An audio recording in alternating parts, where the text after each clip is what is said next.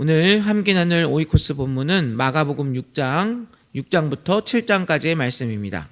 그 중에서 이 시간 함께 나눌 하나님의 말씀은 마가복음 7장 33절에서 34절까지의 말씀입니다. 마가복음 7장 33절에서 34절까지의 말씀을 저희가 함께 합독하시겠습니다. 예수께서 그 사람을 따로 데리고 무리를 떠나사 손가락을 그의 양귀에 넣고 침을 뱉어 그의 혀에 손을 대시며 하늘을 우러러 탄식하시며 그에게 이르시되 에바다 하시니 이는 열리라 라는 뜻이라. 아멘. 이 시간 주님의 전에 나오신 모든 분들 가운데 주님을 만나고 또 주님께서 주시는 말씀을 듣고 저희의 삶 가운데 놀라운 은혜와 위로를 경험하시는 은혜가 있기를 원합니다. 하나님께서는 우리를 사랑하시며 또 우리를 기다리시며 우리 가운데 주의 말씀을 주시기를 기뻐하시는 하나님이십니다. 그 하나님을 만날 때 저희들의 삶 가운데 주님께서 원하시는 변화가 있을 줄로 믿습니다. 얼마 전에 청각 장애인들과 함께 신앙생활을 하시면서 그들을 섬기시는 평신도 사역자이신 장로님을 만나게 된 일이 있었습니다. 장로님께서는 청각 장애인들이 우리나라에 40만 이상이 있고 또 그 장애인들 중에서도 도움과 관심을 받는 그 사람들이 다른 장애인들에 비해서 현저히 적다는 말씀을 하셨습니다. 그리고 장로님께서 그때 하셨던 말씀이 오늘 본문 말씀을 말씀하시면서 예수님께서 귀먹고 말 더듬는 자를 고치시며 하늘을 우러러 탄식하실 만큼 가슴 아파하셨다는 말씀을 그 장로님이 하셨습니다. 이러한 장로님의 말씀을 들을 때 저도 굉장히 마음에 깊이 와닿았는데요. 그랬던 이유는 바로 저에게 있는 자녀 중에 둘째 아들이 지금은 가장 말이 많은 아들이 되었지만 어렸을 때는 만성적인 중이염으로 인해서 고생했던 제 둘째 아들이 생각났기 때문에 저도 그 말씀을 들으면서 그 마음이 깊이 와닿았었습니다. 저희 둘째 아들이 태어나고 100일이 되지 않았을 때 중이염이 생겼는데 그 이후로 감기만 걸리면 이 아들이 중이염이 계속해서 재발을 한 것입니다. 그렇게 중이염이 재발하면 열이 나고 또 그런 어려움들의 시간들이 이제 뭐 일주일 길게는 2주 3주 이렇게 지속되고는 했는데요. 그래서 이제 입원하기도 하고 이런 일들이 있었는데 시간이 지나면서 다행히 이 중이염이 재발하는 횟수가 줄어들기 시작했습니다. 그래서 괜찮아졌나 보다라고 생각했는데 나중에 이 아이가 어느 정도 크고 나서 어린이집을 보내보니까 어린이집에서 제 아들이 말을 잘 못하고 그리고 또 다른 어린이들과 이제 소통하는데 문제가 있다는 것입니다. 그래서 결국 병원에 가서 진단을 받게 되었는데 병원에서의 진단이 바로 이 만성 중이염으로 인해서 이 아이가 이제 어렸을 때 잘 듣지 못했고 그래서 언어 발달이 굉장히 늦어졌다는 이야기를 하였습니다.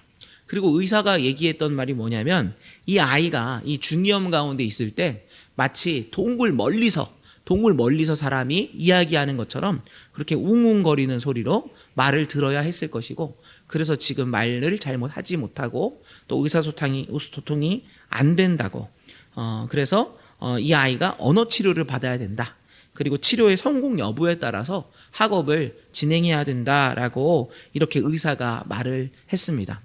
제가 이 의사의 말을 들으면서 마음이 너무 아팠습니다. 그것은 그 아이가 그때 말을 잘 못하는 것도 마음이 아팠지만 더 마음이 아팠던 것은 이 아이가 그 아플 때 마치 동굴 속에 있는 것처럼 동굴 속에서 멀리서 그렇게 음성이 들리는 것처럼 말을 잘 듣지 못하고 했다는 얘기를 들으면서 이 아이가 얼마나 답답했겠는가 그리고 얼마나 외로웠겠구나 라는 생각을 들으면서 마음이 매우 아팠던 기억이 납니다.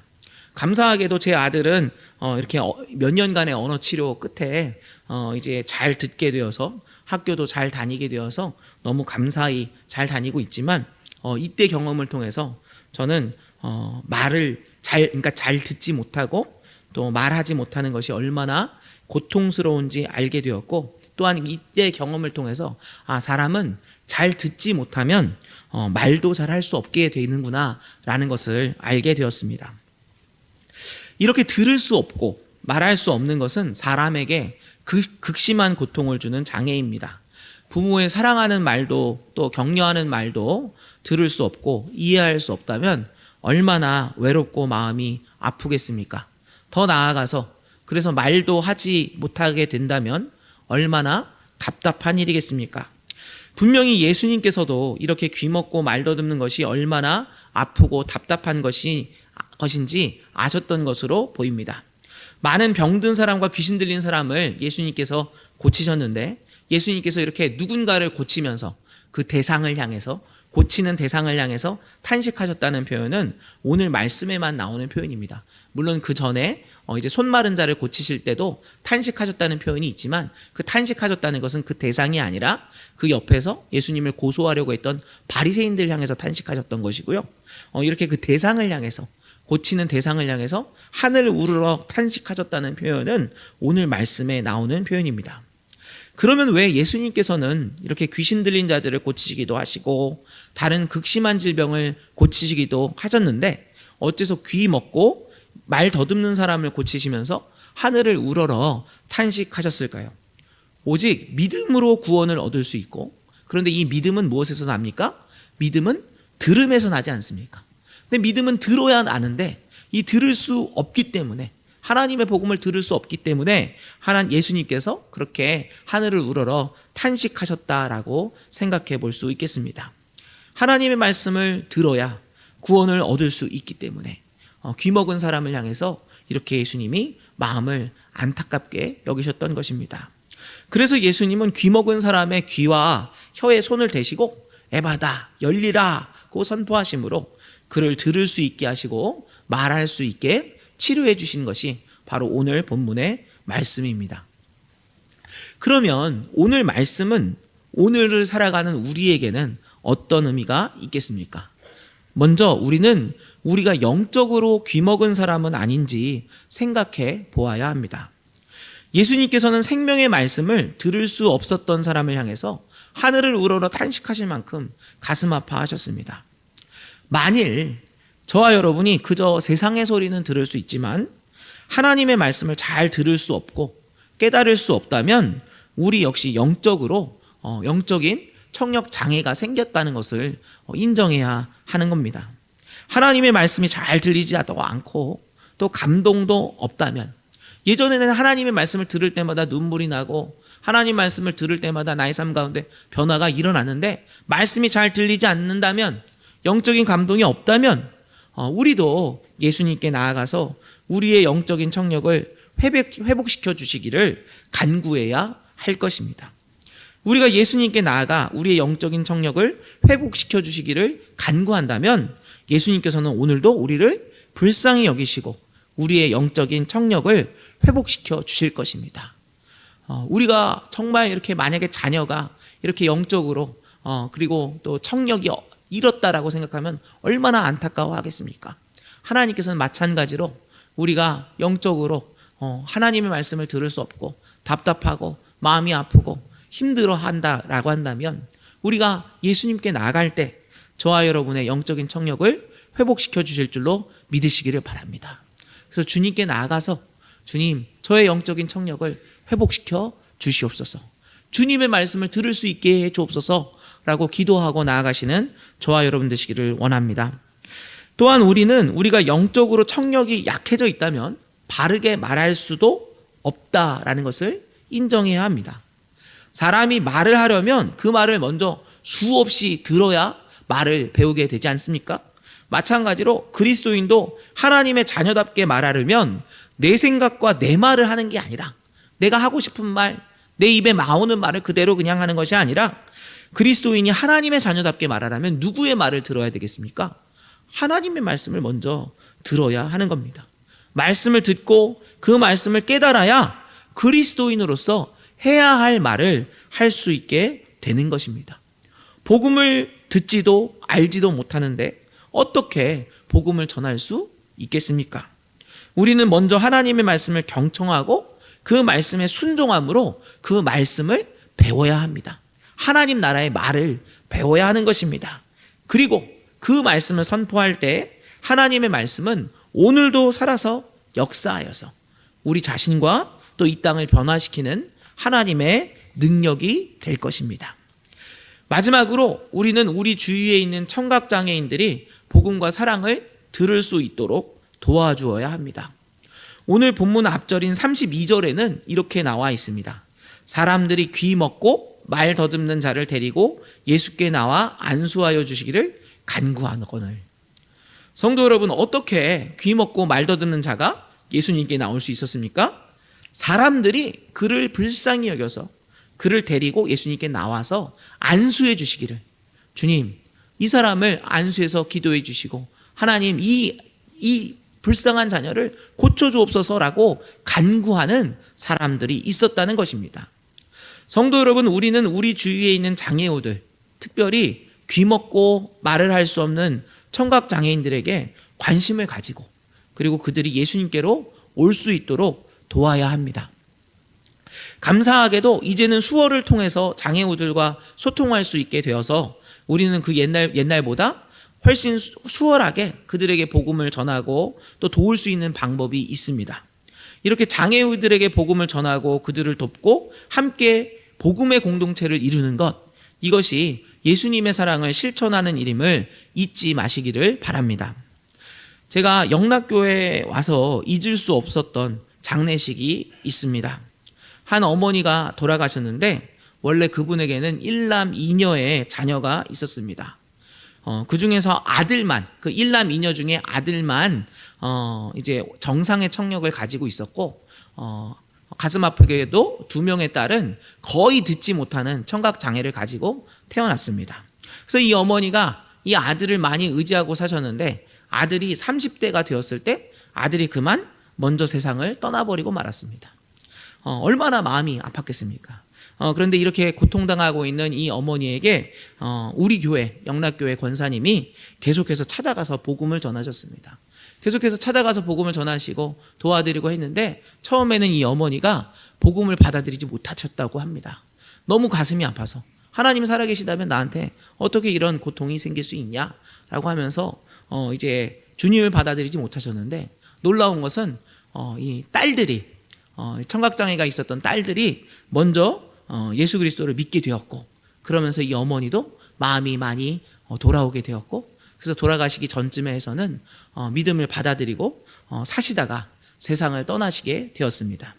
그 장례를 제가 치르게 되어서 입관을 하기 위해서 병원에 갔는데 거기 갔더니 유족들이 4명이 있더라고요. 4명이 있었는데 그 4명 중에 3명이 청각장애를 가지고 있었습니다. 딸이 2딸과 사위가 청각장애를 가지고 있어서 어떻게 장례를 해야 하나라는 생각을 가지고 있었는데, 감사하게도 이제 그 한 명의 딸이 결혼을 했는데 그 결혼한 그 사위도 청각장애를 가지고 있었는데 그 아들은 장애가 없었던 거예요. 이 손자가 그러니까 말도 할 수 있고 수어도 할 수 있었던 겁니다.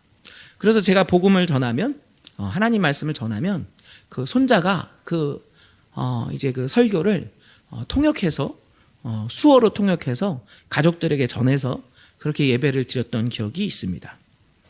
이렇게 비장애인과 장애인이 함께 모여서 눈물로 입관 예배를 드렸던 기억, 정말 잊을 수 없는 기억이었습니다.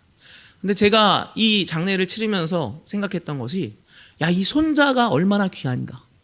손자가 정말 말도 할 수 있고 수어도 할 수 있어서 중간에서 그렇게 통역해주는 역할을 보면서, 우리가 해야 되는 역할이 바로 이것이구나. 주님의 사랑과 주님의 말씀을 먼저 깨달은 사람들이, 하나님께서 받은 사랑을 먼저 받은 사람들이 정말 그 가슴 아프고 고통당하고 어려운 이웃들에게 가서 그들에게 복음을 전해야 하는 것이구나. 그들 가운데 주님의 사랑을 전할 수 있어야 되는구나 라는 것을 깨달을 수 있었습니다. 말씀을 정리합니다. 성도 여러분, 지금 우리에게 영적인 청각장애가 있지는 않습니까? 만약에 우리에게 영적인 청각장애가 있다면 예수님께 나아가, 주님, 저의 영적인 청력을 회복시켜 주옵소서. 그리고 주님, 그래서 주님의 말씀을 듣고 제가 하고 싶은 말 하는 것이 아니라 그리스도인답게 말할 수 있게 하옵소서라고 기도하시는 저와 여러분 되시기를 원합니다. 또한 주위에 청각장애인들이 있다면, 그리고 또 다른 장애를 가지고 있는 사람들이 있다면 그들에게 관심을 가지고 또 복음과 사랑을 전할 수 있는 그리스도인들이 되시기를 원합니다. 예수님께서 열리라 말씀하셨을 때 귀먹고 말 더듬는 사람이 회복하여서 회복이 일어났을 때 그때 사람들이 무엇이라고 얘기하냐면 모든 것이 잘 되었다라고 얘기합니다. 성도 여러분, 우리 가운데 모든 것들이 어떻게 회복될 수 있습니까? 우리가 예수 그리스도의 사랑과 복음을 전할 때, 그 사랑으로 우리가 하나 될 때 주님께서 주시는 놀라운 회복이 일어날 줄로 믿습니다. 기도하겠습니다. 사랑의 하나님, 암흑과 고통 가운데 있었던 저희를 불쌍히 여겨주셔서 예수 그리스도를 보내주시고 예수 그리스도께서 우리의 모든 고통을 대속하시고 우리를 치료하시고 우리에게 복음을 전하여 주심에 감사를 드립니다. 아버지, 그런데 저희들 이제 주님의 말씀에 귀 기울이기보다 세상의 소리들을 듣느라 영적인 청력이 쇠퇴하지는 않았는지 돌아보기를 원합니다. 저희들이 주님의 말씀을 깨닫지 못하고 있다면 이 시간 저희들 가운데 에바다 열리라 말씀하여 주셔서 저희들의 청력이, 영적인 청력이 회복되게 하여 주옵소서. 또 주님의 말씀을 듣고 그 말씀에 순종함으로 그 말씀을 전하는 귀한 주님의 백성들 되게 하여 주시옵소서. 아버지, 저희들 가운데 고통당하는 이웃들이 없는지 돌아보기를 원합니다. 주님의 말씀을 듣지 못해서 또 주님의 말씀을 보지 못해서 고통당하고 있는 이웃들, 그들도 하나님께서 사랑하시는 주님의 자녀임을 저희가 잊지 않게 하시고 저희들이 먼저 다가가 주의 복음을 전하고 주의 사랑을 전할 수 있는 주님의 자녀들 되게 하여 주시옵소서. 이 시간 주님의 백성들이 모였습니다. 주님의 백성들이 지금 이 시간 주님께 간절히 기도하며 나아갈 때 주님께서 그 기도를 들어주시기를 원합니다. 저희들의 연약함을 들고 나아갑니다. 저희들의 육신을 고쳐 주시옵소서. 저희들의 마음 가운데 성령으로 임재하여 주시옵소서. 저희들 가운데 주님께서 주시는 힘과 능력으로 채워주셔서 다시 이 세상을 힘있게 살아갈 수 있도록 저희를 긍휼히 여겨 주시옵소서. 나라와 민족을 위해서, 교회를 위해서 간절히 기도하는 성도들의 기도를 들으시고 이 나라가 복음으로 통일되게 하시고 이 나라 가운데 주님의 복음이 충만하게 하시고 주님의 복음을 전하며 주님께 영광 올려드리는 대한민국, 또한 그의 앞장서는 영락교회 되게 하여 주시옵소서. 주님께서 오늘도 함께 하시며 영광 받으실 줄로 믿사오며 모든 말씀 예수 그리스도의 이름으로 기도드립니다. 아멘. 오늘 오이코스 본문은 마가복음 8장부터 9장까지의 말씀입니다. 그 중에서 이 시간 함께 나눌 하나님의 말씀은 마가복음 8장 34절 말씀입니다.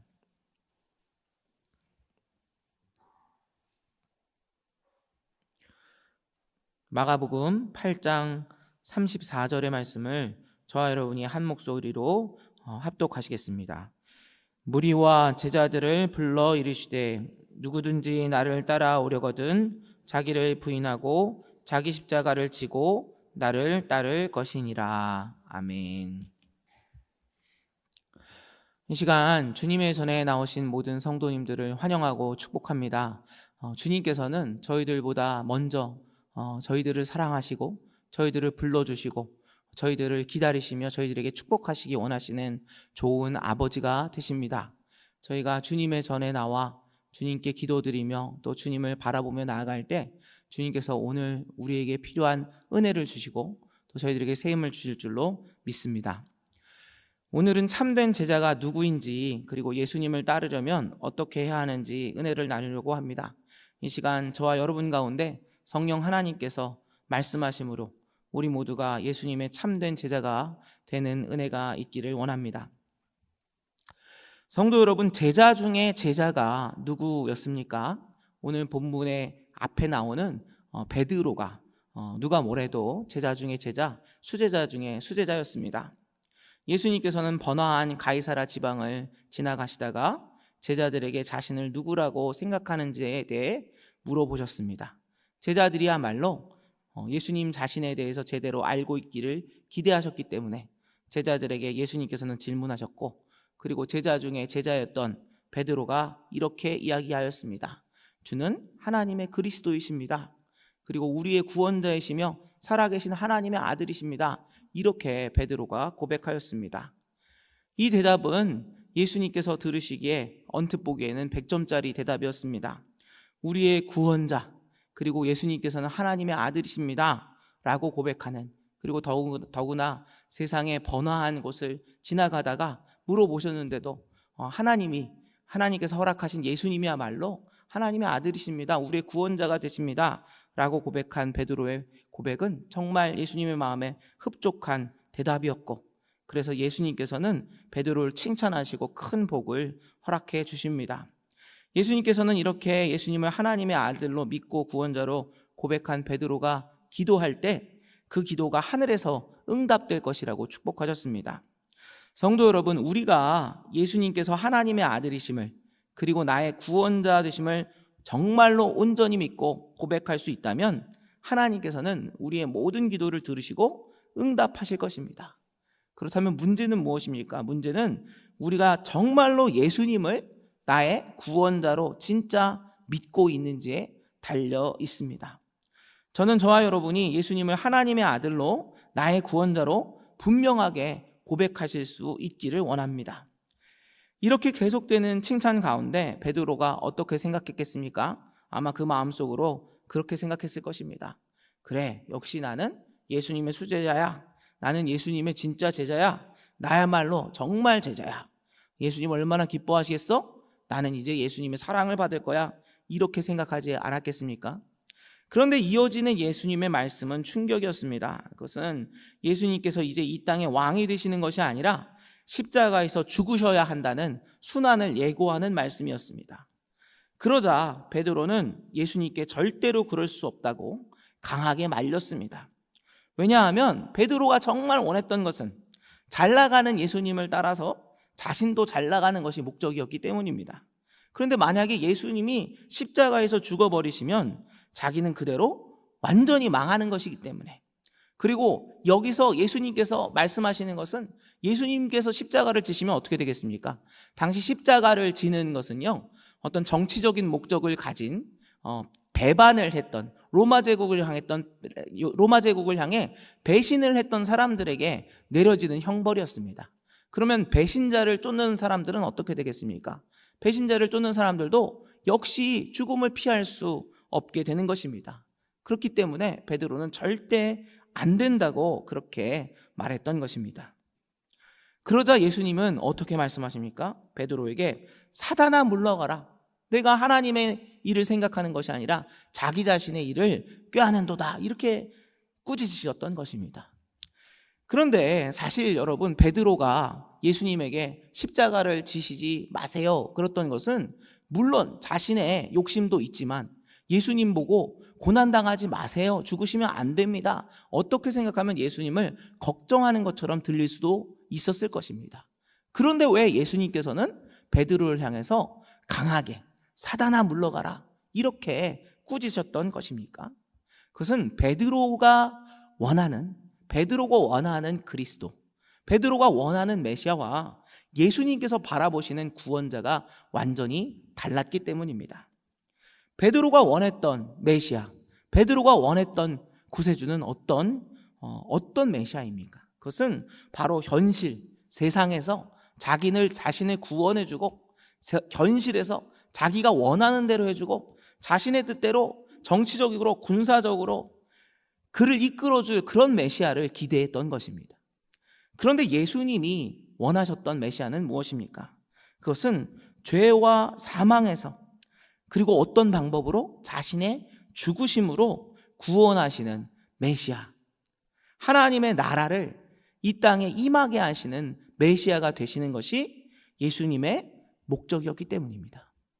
성도 여러분, 우리는 종종 베드로의 모습을 보면서 야, 베드로 저렇게 어리석을 수 있나?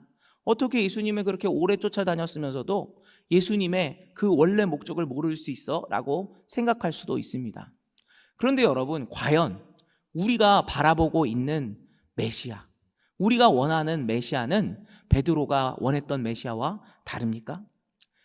그 당시 베드로에게 있어서 가장 중요한 것은 나라가 독립하는 것이었고, 또 자신의 인생 가운데 자기가 좀 더 나아지는 것이었습니다. 그랬기 때문에 그가 원했던 메시아 예수님은 자신을 모든 것을 버려서 쫓아가는 자신을 성공하게 해주시는 분이었던 것입니다. 혹시 저희들도 단지 이 땅에서 우리가 잘 되기를, 또 이 땅에서 우리의 고통과 우리의 질병과 우리의 아픔이 떠나가기를, 이 땅에서의 성공과 이 땅에서의 회복만을 원하고 있다면 우리도 어쩌면 베드로와 다르지 않다는 것을 알아야 하는 것입니다. 성도 여러분, 우리가 분명히 기억해야 할 것이 있습니다. 그것은 우리가 예수님을 따르는 것은 세상에서 성공하기 위해서가 아니라는 사실입니다. 진짜 기독교는 불편한 것이라는 것입니다. 진짜 기독교는 죽어야 하는 것이라는 것입니다. 이것을 저와 여러분이 반드시 기억하시기를 바랍니다. 제자 베드로가 이렇게 자기 자신의 성공, 그리고 자기 자신의 구원을 생각했을 때, 이 땅에서의 구원만을 생각했을 때 그는 제자 중에 제자에서 단숨에 사단과 동급이 되어버렸던 것입니다. 그리고 이어지는 말씀이 바로 오늘 저와 여러분이 읽은 말씀입니다. 누구든지 나를 따라오려면 자기를 부인하고 자기 십자가를 지고 나를 따라야 한다. 누구든지 살고자 하면 죽을 것이고 나를 위해 죽고자 하면 살 것이다. 너무 어려운 말씀이 아닐 수 없습니다. 그리고 사실 이 자기 부인이라는 말은요, 참 어려운 말이지 않습니까? 자기 부인, 보통은 쓰지 않는 말이고 이것이 내가 아니다라는 말인데 너무 어려운 말입니다. 그런데 역설적이게도 이 어려운 말을 굉장히 쉽게 쓴 어떤 아이를 제가 본 기억이 있습니다. 이제는 대학생이 되었는데요. 그 아이가 초등학교 2학년일 때 썼던 글입니다. 제가 굉장히 좋아해서 형님으로 오시는 목사님 댁에 방문을 한 적이 있습니다. 그 집에 놀러 갔는데 그 집에 아들이 2명이 있었는데요. 그 둘째 아들이 그렇게 재밌는 개구장이 아들이었습니다. 근데 이 아이가 2학년을 거의 마칠 때쯤에 그 집에 갔는데 그 냉장고에 갔더니 그 냉장고에 뭐가 붙어 있더라고요. 편지 같은 게 붙어 있는데 그 제목이 이렇게 돼 있습니다. 2학년을 끝내며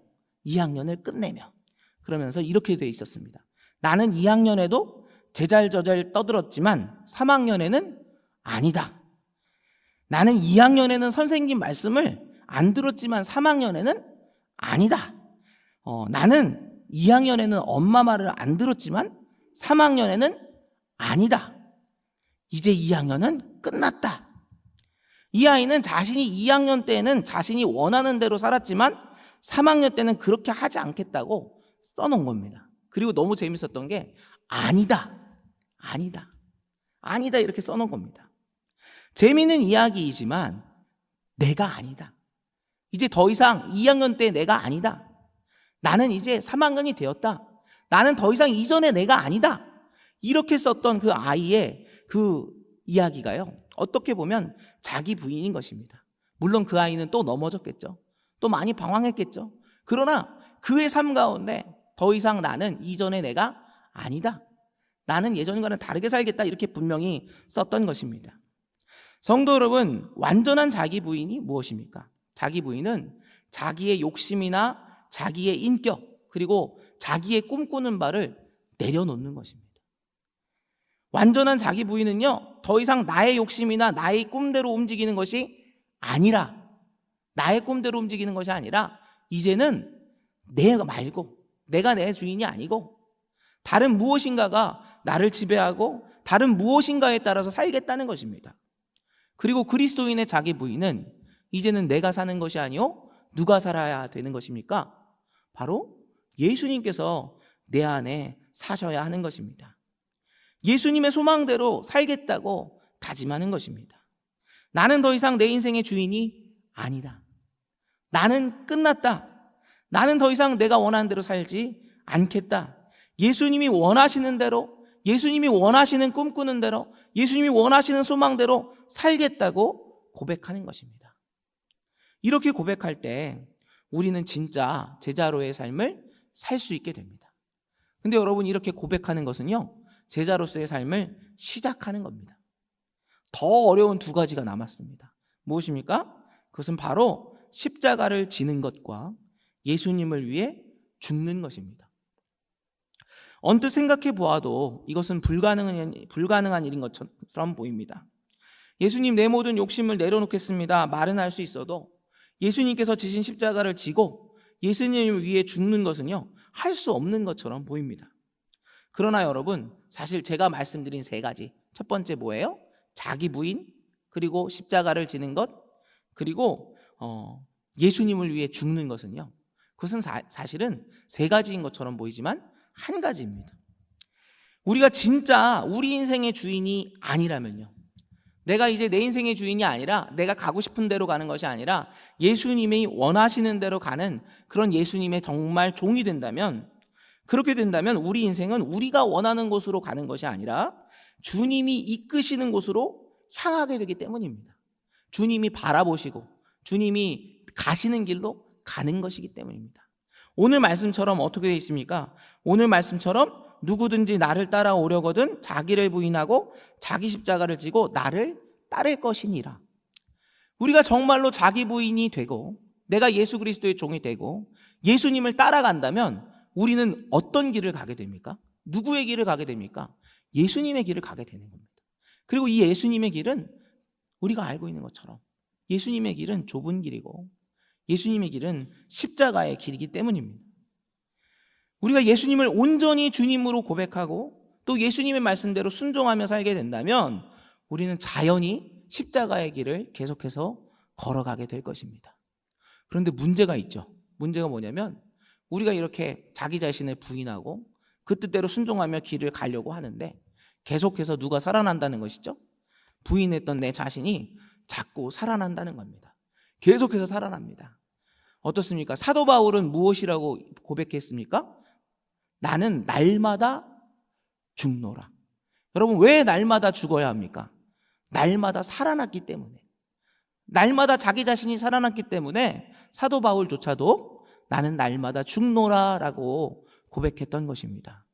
성도 여러분, 사도 바울이 날마다 죽었으면 우리는 어때야 되겠습니까? 우리는 날마다 죽는 것이 아니라 순간순간 죽어야 할 것입니다. 순간순간 살아나는 내 자신의 욕심과 내 자신의 소망과 꿈과 모든 것들을 내려놓고 주님, 또 제 생각이 살아납니다. 또 제 감정이 살아납니다. 또 제 욕심이 살아납니다. 주님, 저를 불쌍히 여겨 주옵소서.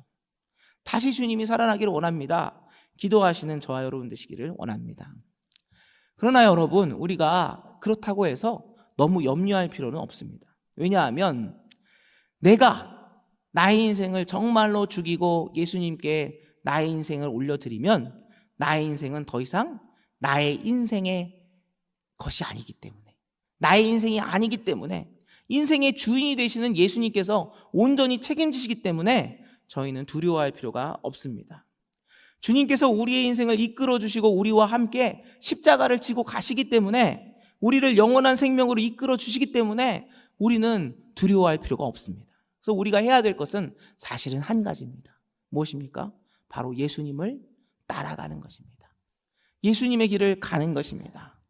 우리가 예수님의 길을 갈 때 주님께서는 우리의 인생을 이끌어 주시고 우리를 영원한 주님의 나라의 길로 인도해 주실 것입니다. 우리가 우리의 인생을 온전히 주님 앞에 내려놓을 때 온 우주를 창조하신 예수님께서 저와 여러분의 모든 인생의 시간표도 관리해 주시고 또 우리에게 가장 좋은 길로 이끌어 주실 것입니다.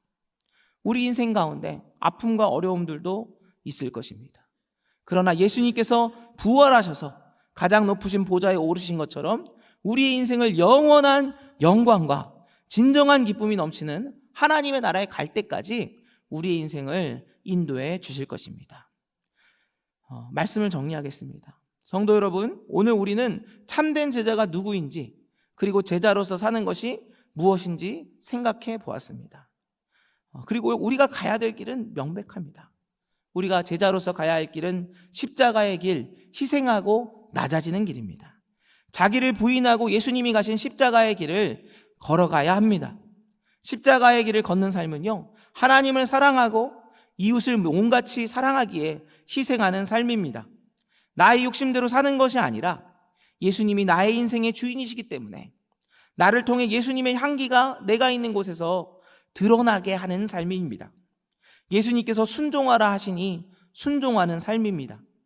예수님이 용서하라 하시니 용서하는 삶입니다. 나는 너무 게으르지만 나의 시간, 나의 인생 주님의 것이니 더욱 최선을 다해 하루하루 사는 삶입니다. 나의 힘으로는 할 수 없는 삶이지만, 그러나 너무 힘이 들지만 예수님을 사랑하기 때문에 내가 내 인생의 주인이 아니라 예수님께서 나의 인생의 주인이 되시기에 우리는 참된 제자로서의 삶을 살아가게 될 것입니다. 예수님께서 저희들과 함께 하시고 저희들의 세상을 마치는 그날까지 저와 여러분을 책임져 주실 줄로 믿습니다. 우리 모두가 더 이상 내 인생의 주인이 내가 아니라 주님이라고 고백하며 하루하루 내 자신을 쳐서 복종하며 승리하는 삶을 살게 되기를 축원합니다. 기도하겠습니다. 사랑의 하나님, 오늘도 저희에게 말씀하여 주시니 감사합니다. 저희들이 바라보고 저희들이 원하는 것이 무엇인지 다시 한번 돌아보기를 원합니다. 내가 원하는, 또 내가 내 인생에서 승리하기를 원하는 것이 아니라 하나님의 나라와 하나님의 뜻이 이 땅 가운데 이루어지기를 진정으로 원하게 하여 주옵소서. 나는 죽고 오직 예수 그리스도의 뜻이 이 땅 가운데 이루어지기를 원합니다. 이 땅에서 불편하고 힘든 삶을 산다 할지라도 주님과 동행함으로 또 주님께 나의 인생과 나의 모든 것들을 올려드림으로 승리하는 주님의 제자들 되게 하여 주시옵소서. 이 시간 주님의 종들이 이 자리에 모였습니다. 주님께 엎드려 기도하는 성도들의 기도를 들으시고 우리의 삶 가운데 꼭 필요한 것들, 또 주님을 바라보며 주님을 의지하며 주님께 더 나아가기 위해 간절히 기도하는 주님의 자녀들의 기도에 응답하여 주옵소서. 특별히 육신이 연약하여서 또 마음의 병으로 고통당하는 주님의 자녀들이 있습니다. 주님 한 사람 한 사람 찾아가 주시고 위로해 주시고 세임을 허락해 주셔서 주님을 바라보며 주님을 의지하며 이 땅 가운데 주님의 자녀답게 승리하며 살게 하여 주시옵소서. 다시 한 주가 시작됩니다.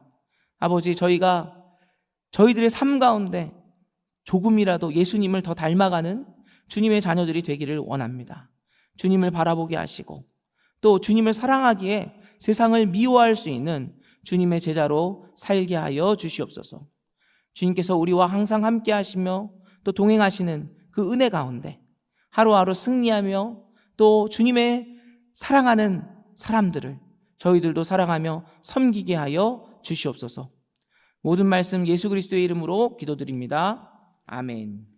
오늘 오이코스 본문은 마가복음 10장부터 11장까지의 말씀입니다. 그 중에서 이 시간 함께 나눌 하나님의 말씀은 마가복음 10장 51절 말씀입니다. 마가복음 10장 51절 말씀을 저희가 한 목소리로 봉독하겠습니다. 예수께서 말씀하여 이르시되 내게 무엇을 하여 주기를 원하느냐? 맹인이 이르되 선생님이여 보기를 원하나이다. 아멘. 오늘 이 시간 주님의 전에 나오신 모든 성도님들을 환영하며 축복합니다. 주님께서는 오늘 저희가 찬양한 것처럼 우리 마음속에 있는 모든 것들을 앓을 때 저희들의 음성을 들으시고 주님께서 그 모든 것들에 응답하시는 주님이 되십니다. 저와 여러분이 그 주님을 향해 간절히 간구하는 귀한 은혜의 시간 되기를 원합니다. 오늘은 보지 못했던 거지 바디메오가 예수님을 찾아와 보기를 간청하는 말씀을 살펴보려고 합니다. 이 시간 주님의 성령님께서 임하여 주셔서 우리가 진정 무엇을 원해야 하고 그리고 또 우리 삶에 어떤 변화가 있어야 되는지 깨닫게 하시고 또 우리 삶에 놀라운 하나님의 은혜를 허락해 주시기를 원합니다. 먼저 바디메오를 살펴보면 바디메오가 간절히 치료받기를 원해서 예수님께 부르짖었음을 저희가 알 수 있습니다. 저희가 한 절 말씀을 읽었는데 그 위에 있는 말씀들을 제가 읽어드리겠습니다. 마가복음 10장 46절에서 47절 말씀을 제가 봉독하겠습니다. 그들이 여리고에 이르렀더니 예수께서 제자들과 허다한 무리와 함께 여리고에서 나가실 때에 디메오의 아들인 맹인거지 바디메오가 길가에 앉았다가 나사렛 예수시란 말을 듣고 소리질러 이르되 다윗의 자손 예수여 나를 불쌍히 여기소서 하거늘. 성도 여러분, 바디메오는 맹인인 동시에 거지였습니다. 그가 길가에 앉아 있었다는 것은 그가 구걸하여 생활하였음을 보여줍니다. 그런 그에게 예수님께서 오셨다는 소식이 들리자 그는 예수님께 불쌍히 여겨달라고 소리질러 간구한 것입니다. 그가 얼마나 크게 소리를 질렀던지 주위에 있던 사람들이 그에게 이제 조용하라고 그렇게 꾸짖었음에도 불구하고 오히려 그는 더욱 크게 소리를 질러서 나사렛 예수시여 저를 불쌍히 여기소서 그렇게 부르짖었습니다. 왜냐하면 그에게 눈을 뜨는 것이 무엇보다 중요한 일이었기 때문입니다. 성도 여러분, 바디메오는 자신의 문제가 무엇인지, 자신에게 가장 중요한 문제가 무엇인지 분명히 알고 있었습니다. 자신의 문제가 무엇입니까? 눈을 뜨는 것이죠. 그리고 뿐만 아니라 그는 눈을 뜨는 것이 가장 중요한데, 또 중요한 것은 그가 눈뜨기를 소망했다는 것입니다. 우리도 바디메오처럼 우리의 문제가 우리의 문제가 무엇인지 분명히 알아야 하고, 또한 그 문제가 해결되기를 간절히 구해야 합니다. 만약 바디메오가 맹인이면서 거지였음에도 불구하고 자신이 영원히 나을 수 없다고 생각했다면 어떻게 되었겠습니까? 그저 길가에 머물러 구걸하는 인생을 선택할 수도 있었을 것입니다. 예수님이 아무리 대단해도 나의 눈을 뜨게 하실 수는 없어. 나는 맹인으로서 또 거지로서 살아가는 것이야. 나는 이렇게 길가에서 구걸하며 살아가는 것이야. 그가 그렇게 생각했다면 그는 그 자리에 머물러 있었을 것입니다. 그러나 바디메오는 자신의 문제가 무엇인지 분명히 알았을 뿐 아니라 다시 보기를 원했습니다. 회복되기를 원했던 것입니다. 성도 여러분, 저희들의 삶 가운데서도 저희들 역시도 저희들 가운데 여러 문제들이 있지 않습니까? 이 이른 새벽에 성도님들 왜 성전에 나오셨습니까? 간절한 기도의 제목이 있기 때문 아니십니까? 바디메오가 눈을 뜰 수 없는 소경이었던 것처럼 다급하고 안타까운 기도의 제목이 있기 때문에 이 자리에 나오신 것 아니십니까? 그렇다면 오늘 바디메오가 그랬던 것처럼 저희들도 간절히 예수님을 찾고 기도하시는 저와 여러분 되시기를 원합니다. 바디메오가 부르짖었을 때, 예수님을 간절히 부르짖었을 때 예수님이 어떻게 하십니까? 가시던 길을 멈추어 서서 그를 만나 주셨습니다. 저와 여러분이 저희들의 마음에 있는 깊은 문제, 꼭 해결돼야 되는 기도의 제목들을 주님께 올려드리며 나아갈 때 주님께서 저희들을 기다리시며 저희들 가운데 놀라운 응답을 주실 줄로 믿습니다. 다음으로 우리는 바디메오가 겉옷을 내어버리고 예수님께 나왔음을 주목할 필요가 있습니다. 당시 이스라엘에서 개인에게 있어서 가장 중요한 것이 바로 겉옷이었다고 합니다. 특별히 집과 재산이 없이 살아가야 하는 거지에게 있어서는 이 겉옷이라는 것은요, 그것은 생명과도 같고 또 유일한 재산과도 같은 것이 바로 겉옷이었습니다. 이스라엘은 낮에는 매우 뜨거운 지역이지만 밤이 되면 기온이 많이 떨어지기 때문에 겉옷은 바디메오와 같은 거지에게는 집이 될 수도 있는 것이었고 또 동시에 잠자리였고 그의 유일한 재산이었을 것입니다. 그런데 바디메오는 이렇게 중요한 겉옷을 내어버리고 뛰어 일어나 예수님께 나아갑니다. 어떻게 자기에게 있는 유일한 재산을 집이요 또 옷과 같고 또 때로는 그가 자야 하는 그런 잠자리와도 같았던 겉옷을 버리고 예수님께 나아갈 수 있었겠습니까? 그에게 눈을 뜨고 다시 보게 되는 것은 자신이 의지하고 있는 모든 것들보다 더 중요했기 때문입니다. 성도 여러분, 만약 우리에게 간절한 기도의 제목이 있다면, 그리고 그것이 정말 중요하다면, 나의 삶 가운데 이것이 정말 중요한 기도의 제목이라고 한다면 우리는 우리가 의지하고 있는 다른 것들을 포기하고 예수님께 나아가야 합니다. 이것도 저것도 의지하면서 예수님께 기도도 해야지, 내가 이렇게도 해보고 저렇게도 해보고 예수님께 기도도 해봐야지, 이렇게 기도하는 것이 아니라 그 어떤 것도 나의 삶에 빛이 될 수 있는 것은 없음을 인정하고 진짜 빛이 되시는 주님께 나아가야 하는 것입니다. 저와 여러분에게 겉옷이 있습니까? 주님 말고 다른 의지하는 무엇인가가 있습니까?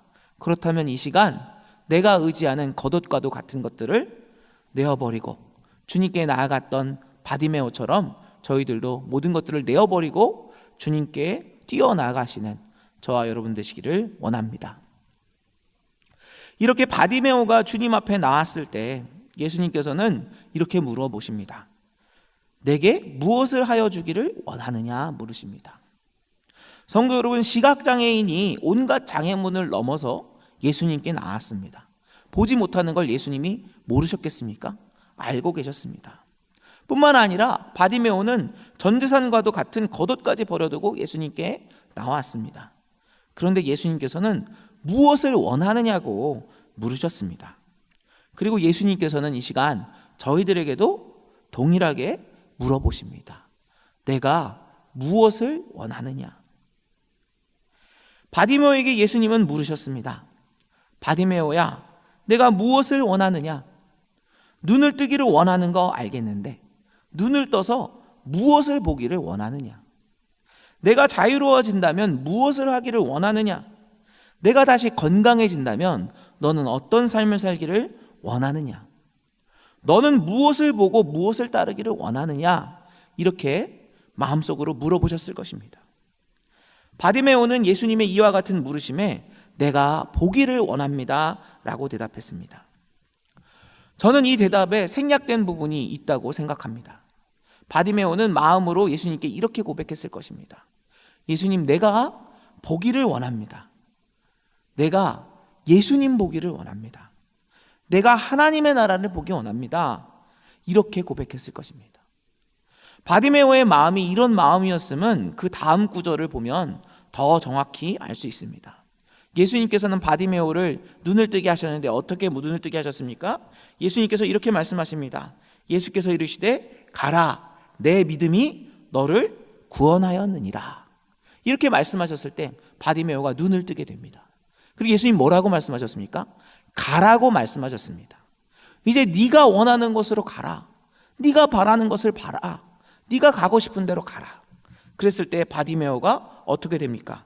그가 곧 보게 되어 예수를 길에서 따르니라. 성도 여러분, 바디메오가 눈을 뜨지 못했을 때 그가 얼마나 가고 싶은 곳이 많았겠습니까?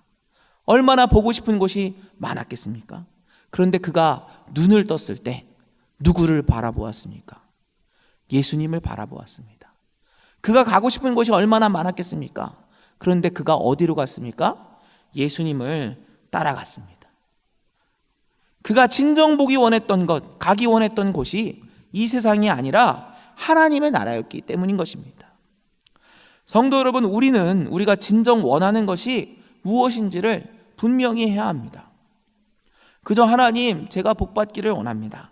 하나님, 치료받기 원합니다. 하나님, 마음이 편안해지기를 원합니다 해서 그치는 것이 아니라 정말 우리의 영혼의 연약함과 아픔을 이 시간 주님께 아뢰어야 합니다. 그리고 이 세상이 아니라 하나님의 나라를 바라보고 하나님의 나라를 소망하며 예수님을 따라가야 하는 것입니다. 바디메오는 육신의 눈을 뜬 후에 예수님을 따라갔습니다. 그가 육신의 눈만 뜬 것이 아니라 그의 영혼의 눈도 뜨게 되었기 때문입니다. 이 자리에 계신 모든 분들은 감사하게도 육신의 눈을 다 뜨고 계십니다. 그러나 모두 영혼의 눈도 뜨고 계십니까? 진정 바라봐야 할 것을 보고 있습니까? 예수 그리스도와 하나님의 나라를 보고 계십니까? 만약 그렇지 않다면 오늘 이 자리가 바디메오가 예수님을 만났던 그 자리가 되기를 바랍니다. 우리가 하나님의 나라를 보기를 간절히 구하며 나아갈 때 예수님께서는 오늘 우리 영혼의 눈도 다시 뜨게 하실 것입니다. 제가 젊었을 때 정말 예수님을 뜨겁게 사랑했을 때 주님을 만나고 또 주님을 보기를 간절히 원했습니다. 당시에는 어떤 생각을 했었냐면 하나님, 한 번이라도 좋으니 하나님의 음성을 듣기를 원합니다. 하나님, 환상 중이라도 좋으니까 예수님의 모습을 한 번이라도 보기 원합니다. 그렇게 기도했던 기억이 납니다. 성도 여러분, 우리가 진정 바라보아야 할 것이 무엇입니까? 진정 보기 원해야 될 것이 무엇입니까? 이 세상입니까? 아닙니다. 저와 여러분이 진정으로 바라보아야 할 것은 오직 예수 그리스도인 줄로 믿습니다. 하나님의 나라인 줄로 믿습니다. 저와 여러분이 비록 이 세상을 살아가지만 우리들의 시선은 예수님을 향해 항상 집중하게 되는 은혜가 있기를 축원합니다. 기도하겠습니다. 사랑의 하나님, 오늘 저희에게 건강과 은혜를 주셔서 주님의 전에 나와 주님을 보게 하시니 감사를 드립니다. 저희의 영혼의 시력을 회복시켜 주셔서 오직 저희가 세상을 바라보는 것이 아니라 주님의 나라와 예수 그리스도를 바라보게 하여 주옵소서. 이 시간 주님의 전에 성도들이 나왔습니다. 주님을 더 알기 원해서, 주님을 더 찬양하기 원해서, 이 땅에서도 주님의 자녀답게 살기 위해서 간절한 기도의 제목을 주님께 가지고 나왔습니다. 저희들의 모든 근심과 저희들의 기도의 제목을 들으시고 응답하시겠다고 약속하신 주님, 이 시간 저희들 간절히 기도하며 나아갈 때 저희들의 삶 가운데 성령 하나님으로 임재하여 주셔서 주님이 함께 계심을 알게 하여 주시고 주님의 뜻이 저희들의 삶 가운데 이루어지게 하여 주시옵소서. 아버지, 저희가 온 세상과 또 이 나라와 교회를 위해 간절히 기도합니다. 이 나라에 무너진 많은 것들을 주님께서 아십니다. 주님 긍휼히 여겨 주시옵소서. 다음 세대들을 주님의 뜻대로 가르칠 수 있도록 주님께서 다시 한번 기회를 허락하여 주시옵소서. 영락교회가 주님의 일을 감당하는 교회가 되기를 원합니다. 더욱더 부응하며 주님을 사랑하며 주님의 말씀대로 순종하는 교회가 되기를 원하오니 역사하여 주시옵소서. 주님께서 저희들 가운데 가정을 허락하셨는데 저희들이 믿음의 다음 세대들을 섬기며 그들이 하나님의 나라가 되기를 원합니다. 무엇보다 예수 그리스도를 그들의 친구로 삼게 하여 주시고 주님과 동행하며 주님께 영광 올려드리는 다음 세대들이 일어나게 하여 주시옵소서. 모든 말씀 우리 구주 예수 그리스도의 이름으로 기도드립니다. 아멘. 오늘 오이코스 본문은 마가복음 12장부터 13장까지의 말씀입니다. 그 중에서 이 시간 함께 나눌 하나님의 말씀은 마가복음 13장 37절 말씀입니다. 마가복음 13장 37절 말씀을 저희들이 한 목소리로 합독하시겠습니다. 깨어있으라, 내가 너희에게 하는 이 말은 모든 사람에게 하는 말이니라 하시니라. 아멘. 이 시간 주님의 전에 나오신 모든 성도님들을 환영하고 축복합니다. 이 시간 주님께서 저희들을 만나주시고 저희들에게 말씀하실 줄로 믿습니다. 많은 은혜 받으시는 시간 되시기를 축원합니다. 오늘은 예수님께서 예루살렘 성전과 세상의 심판에 대해 선포하신 말씀을 살펴보려고 합니다. 이 시간 성령 하나님께서 임재하심으로 우리의 영혼을 깨우시고 결단하게 하시는 은혜가 있기를 원합니다. 최근 세계 곳곳에서 기상이변과 재해가 계속되는 것을 저희들이 보고 있습니다. 우리나라도 전례 없는 폭염이 계속되어서 10월이 되어서야 가을다운 가을이 오기도 했지만 그래도 우리나라는 하나님께서 여러 가지로 보호해 주신 것으로 보입니다. 유럽과 인도 등은 이번 여름에 50도에 가까운 폭염이 와서 많은 사람들과 동식물들이 고통을 당했고 미국 서남부에는 10월에, 지금이죠. 그러니까 10월에 45도에 육박하는 폭염이 왔다고 합니다. 이러한 현상에 대해서 일부 학자들이 이야기를 하기로 전 세계에 걸친 기후변화가 이제 시작되었고 그리고 이러한 기후변화가 앞으로 더욱 심각해질 것으로 보고 있습니다. 그래서 이러한 학자들의 말에 의하면 올해 여름이 우리가 앞으로 경험하게 될 여름보다는 오히려 시원한 여름이라고 이렇게 얘기를 하는 것입니다. 그런가 하면 일본 지역에는 지진이 계속되고 있는데 향후 수십 년 안에 이전과는 비교하기도 힘든 대지진이 일어날 수 있다는 예보가 있습니다. 그리고 이것이 심각한 것이 지금까지는 일본이 우리나라까지 오는 지진을 많이 막아주었는데 이번에 오게 되는 대지진은 그 영향력이 너무 크기 때문에 우리나라에도 큰 영향을 미칠 수 있다. 이런 이야기가 나오기도 하는 것입니다. 또한 코로나를 비롯한 이전에는 보지 못했던 질병들이 창궐하면서 온 인류가 두려움에 떨고 있습니다. 이렇게 자연적인 어려움이 오면 정신을 차리고 하나님께로 돌이켜야 되지 않겠습니까? 그런데 세상은 더욱 멸망을 향해 나아가고 있는 것처럼 보입니다. 세계 각지에서 자신들의 정권 유지와 자국의 이익을 위해서 수많은 사람들이 피를 흘리고 있음에도 계속해서 전쟁이 계속되고 또 확대되고 있습니다. 그리고 이런 전쟁의 위협이 우리나라에도 사실 우리나라도 완전히 자유하다고 할 수 없는 것이죠. 우리나라는 휴전국가 아니겠습니까?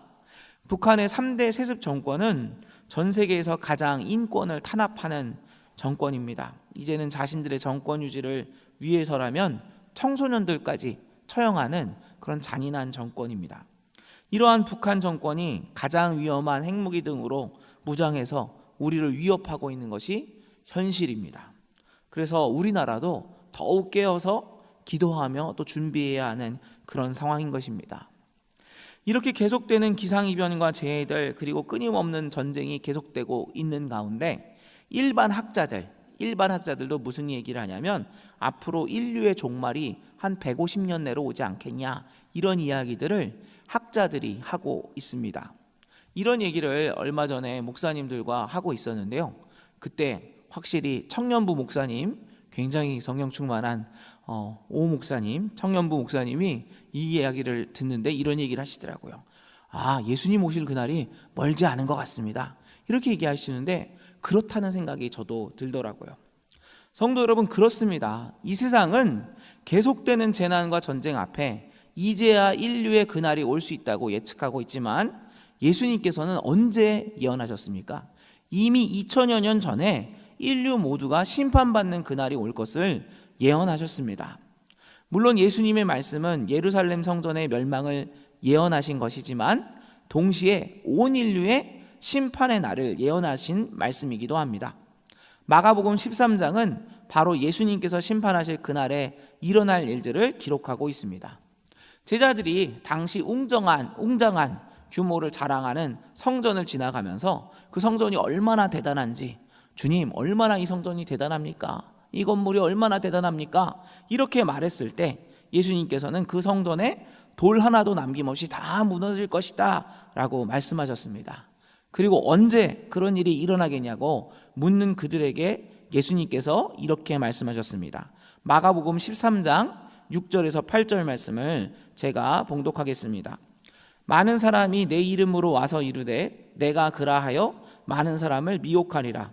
난리와 난리의 소문을 들을 때에 두려워하지 말라. 이런 일이 있어야 하되 아직 끝은 아니니라. 민족이 민족을, 나라가 나라를 대적하여 일어나겠고 곳곳에 지진이 있으며 기근이 있으리니 이는 재난의 시작이니라.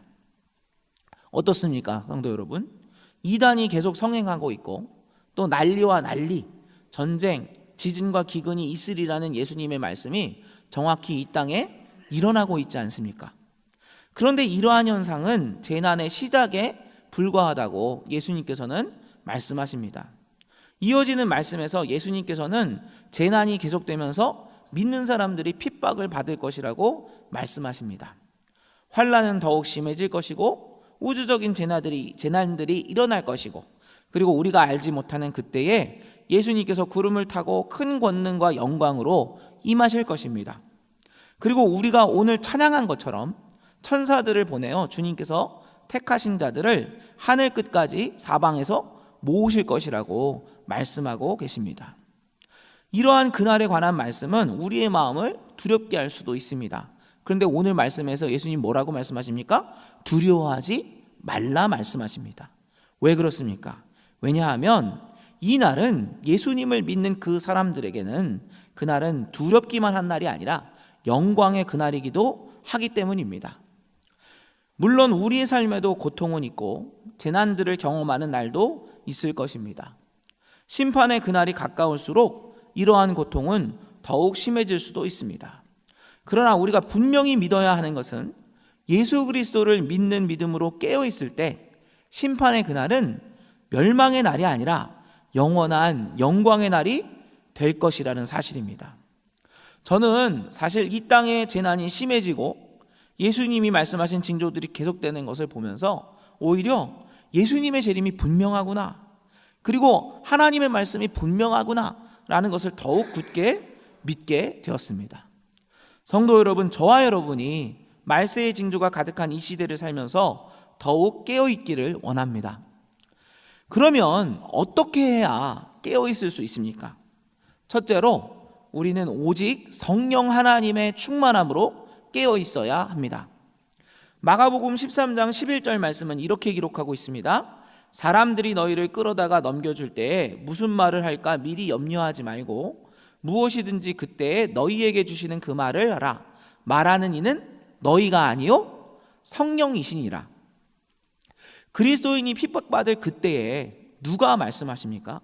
성령님께서 말씀하십니다.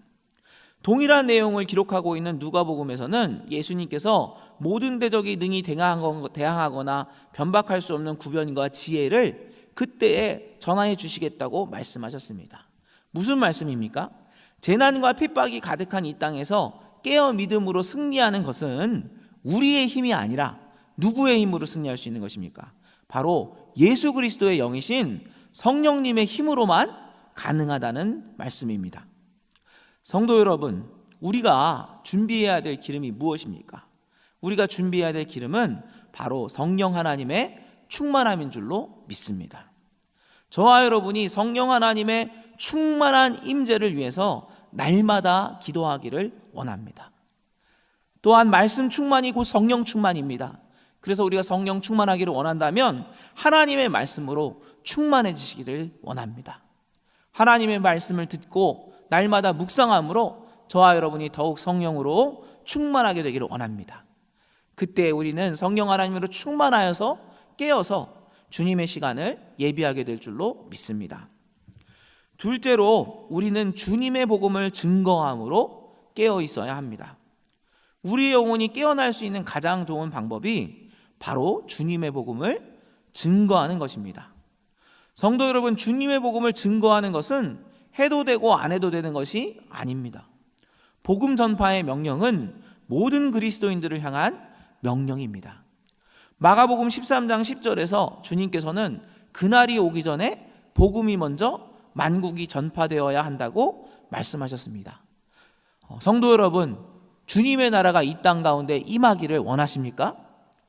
그렇다면 저와 여러분은 온 열방에, 그리고 만국에 복음이 전파되기를 위해 기도하며 또한 복음의 전파를 위해 힘써야 할 것입니다. 때를 얻든지 못 얻든지 주님의 말씀을 전해야 할 것입니다. 저와 여러분이 깨어서 주님의 복음을 계속해서 전하기를 원합니다. 뿐만 아니라 우리가 복음을 전할 때 우리의 영혼 역시 깨어서 살아계신 하나님께 영광을 올리게 됩니다.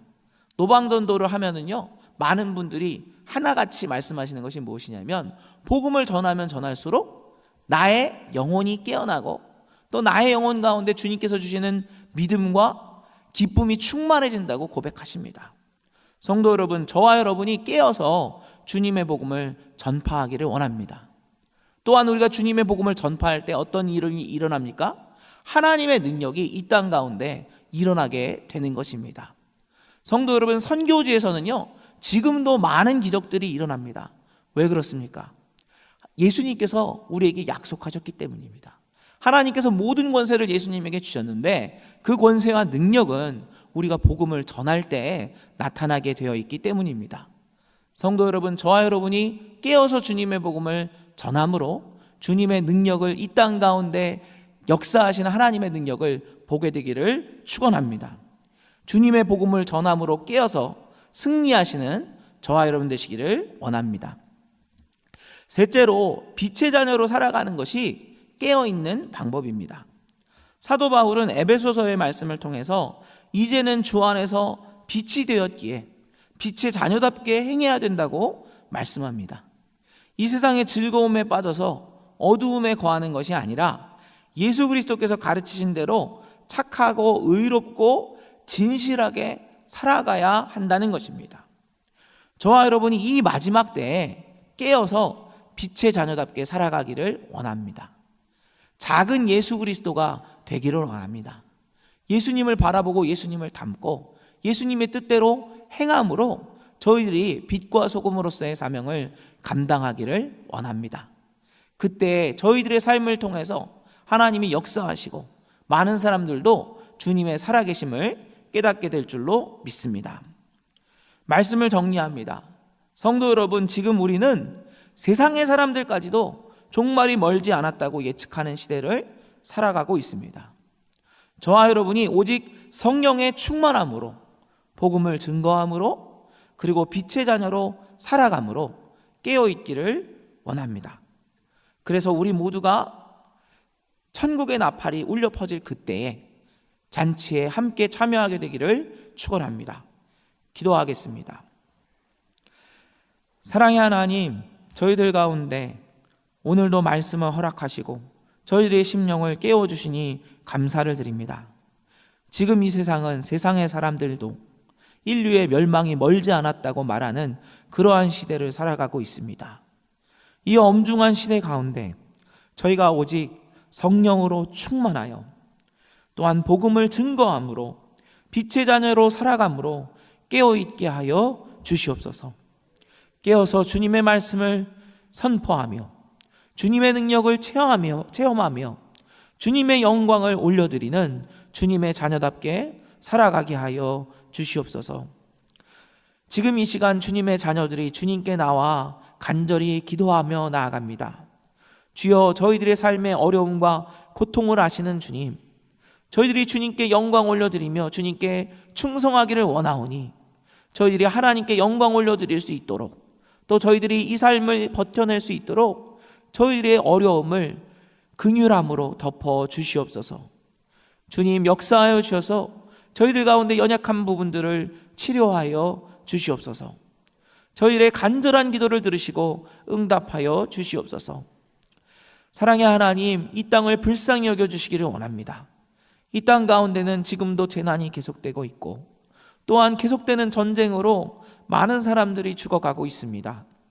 주여, 이 땅을 불쌍히 여겨주셔서 이 땅의 전쟁을 그치게 하여 주시고 이제는 주님 앞에 엎드려 주님께 경배하는 놀라운 은혜의 시대가 열리게 하여 주시옵소서. 주님께서 우리와 함께 하시고 우리 가운데 역사하실 줄로 믿사오며 모든 말씀 예수 그리스도의 이름으로 기도드립니다. 아멘. 오늘 오이코스 본문은 마가복음 14장부터 16장까지의 말씀입니다. 그 중에서 이 시간 함께 나눌 하나님의 말씀은 마가복음 14장 38절 말씀입니다.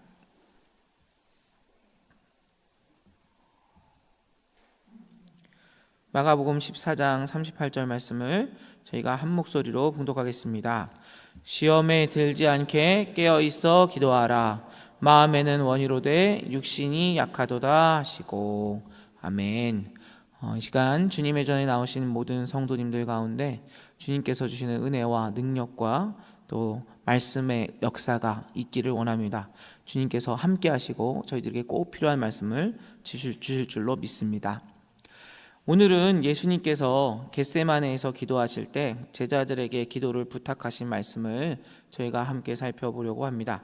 이 시간 성령 하나님께서 임재하셔서 우리가 깨어서 기도하게 하시는 은혜가 있기를 원합니다.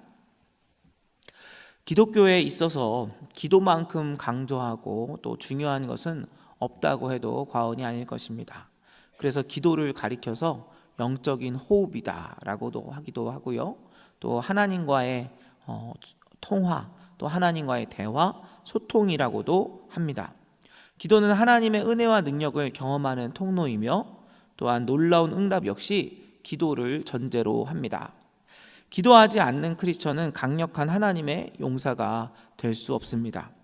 이렇게 기도는 크리스천에게 있어서 가장 중요하고 없어서는 안 될 필수적인 요소라고 할 수 있습니다. 그래서 기도하는 것이 꼭 필요한 것이다, 그리고 기도하는 것이 좋은 것이다 라는 것을 모르는 그리스도인은 거의 없을 것입니다. 그런데 실제로 기도 생활을 잘하고 있다고 고백할 수 있는 크리스천은 얼마나 될까요? 슬프게도 기도 생활을 잘하고 있다고 자신 있게 고백할 수 있는 그리스도인들은 많지 않을 것입니다. 왜 이렇게 되는 것일까요? 오늘 우리는 우리처럼 기도하고 싶었지만 그럴 수 없었던 제자들의 모습을 보면서 우리가 왜 기도하고 싶지만 기도할 수 없는지를 살펴보려고 합니다.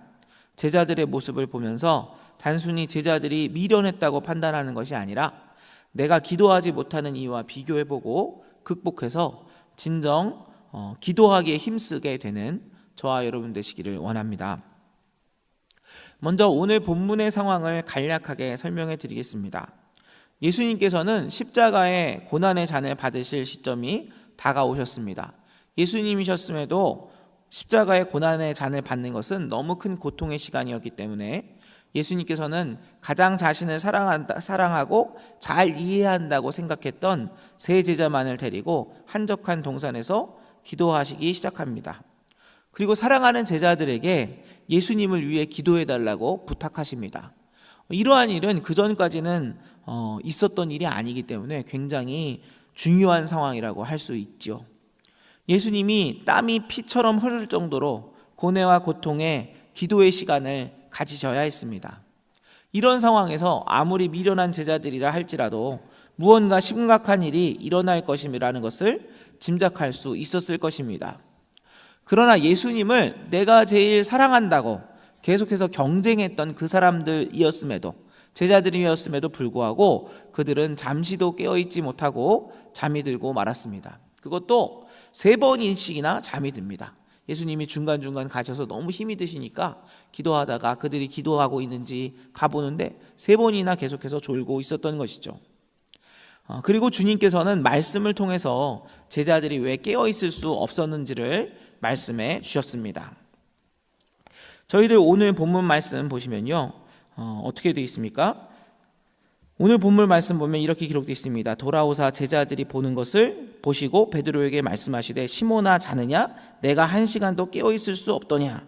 시험에 들지 않게 깨어있어 기도하라. 마음에는 원이로되 육신이 약하도다 하시고, 첫째로 제자들의 마음은 깨어서 기도하기를 원했지만 그들이 왜 기도할 수 없었습니까? 그들의 육신이 약했기 때문입니다. 다시 말씀드리면 그들의 몸이 너무 피곤했기 때문에 그들은 기도할 수가 없었던 것입니다. 성도 여러분, 왜 우리는 기도해야 할 시간에, 그리고 예배드려야 될 시간에 기도하지 못하고 또 예배하지 못하고 또 졸게 될까요? 그 이유는 다양할 수 있지만 그 중에 아주 중요한 원인은 우리의 몸이 너무 피곤하기 때문입니다. 그리고 이것을 조금 더 말씀드리면요, 쉽게 말씀드리면 어제 늦게 잤기 때문에 지금 피곤한 것입니다. 우리가 진정 하나님께 신령과 진정으로 기도하고 예배드리려면, 하나님과 깊은 대화를 나누는 기도의 시간을 가지려면 어떻게 해야 됩니까? 어제 우리의 몸이 충분히 쉴 수 있도록 해야 하는 것입니다. 주일 예배에 집중하려면요, 어느 날을 잘 보내야 될까요? 주일날 오전에 예배를 잘 드리려면 토요일 날을 잘 보내야 한다는 것입니다. 물론 우리가 한 주간 일상에 지쳐 있었기 때문에, 그리고 주일은 예배를 드리고 봉사해야 되기 때문에 토요일이라도 쉬는 시간을 가지고 싶을 수 있습니다. 그런데 중요한 것은 무엇이냐면 정말 우리가 휴일에 진정 잘 쉬고 있느냐는 것입니다. 외국 사람들이 우리나라에 와서 놀라는 것이 있다고 합니다. 먼저 놀라는 것은 외국 사람들이 우리나라에 와서 우리나라 사람들을 보면 우리나라 사람들이 너무 열심히 일해서 놀란대요. 아니 어떻게 일주일에 이렇게 오랜 시간 동안 일할 수 있는 거야? 라고 하면서 놀라게 된답니다. 그런데 그 다음에 또 놀란답니다. 놀라는 것은 무엇이냐면 그렇게 열심히 일한 사람들이 주말이 되면 또 아침부터 나가서 산에 가기도 하고 또 그 다음에 쉰다고 더 활동을 많이 하는 것이죠. 이걸 보면서 세계 최고 수준의 업무 시간 동안 일하고 쉴 때는 그 이상으로 노는 모습을 보면서 도대체 너희들은 언제 쉬냐고 외국 사람들이 놀란다고 합니다. 성도 여러분, 우리는 우리의 몸과 정신이 한계를 가지고 있음을 인정해야 합니다. 우리가 진정 신령과 진정으로 예배를 드리고 또 기도해야 될 시간에 기도하기를 원한다면 우리의 몸과 정신의 컨디션을 최상으로 해서 예배와 기도에 임해야 하는 것입니다. 저와 여러분이 기도하기에 집중하기 위해서 건강한 몸과 마음을 가지게 되기를 원합니다. 그리고 그러려면요, 우리가 적절하게 쉴 줄도 알아야 됩니다. 잘 쉬고 잘 먹고 잘 자는 것, 그것은 우리가 기도하기 위해서 또 하나님의 예배에 집중하기 위해서 우리가 예배를 준비하는 시간이라는 것을 기억하시기를 바랍니다. 사도 바울이 무엇이라고 말합니까? 너희 몸은 거룩한 하나님의 성전이다 얘기하지 않습니까? 이것은 우리의 영혼만 성전인 것이 아니라 우리의 몸과 마음도 성전이라는 것입니다. 그래서 우리의 몸과 마음을 건강하게 준비하는 것, 그것이 바로 우리가 기도에 집중할 수 있는 중요한 기본 전제 조건이라는 것을 기억하시고, 저와 여러분이 저의 몸과 마음을 잘 쉬고 또 잘 준비해서 기도하고 예배하기에 힘쓰게 되기를 원합니다. 둘째로, 그들의 눈이 피곤했기 때문에 그들은 기도할 수 없었습니다. 오늘 말씀 14장 40절 말씀 보시면 그들이 왜 또 피곤했는지가 나옵니다. 마가복음 14장 40절 말씀입니다. 다시 오사 보신즉 그들이 자니 이는 그들의 눈이 심히 피곤함이라. 그들이 예수께 무엇으로 대답할 줄을 알지 못하더라. 성도 여러분, 이번에 그들은 왜 졸고 있었습니까?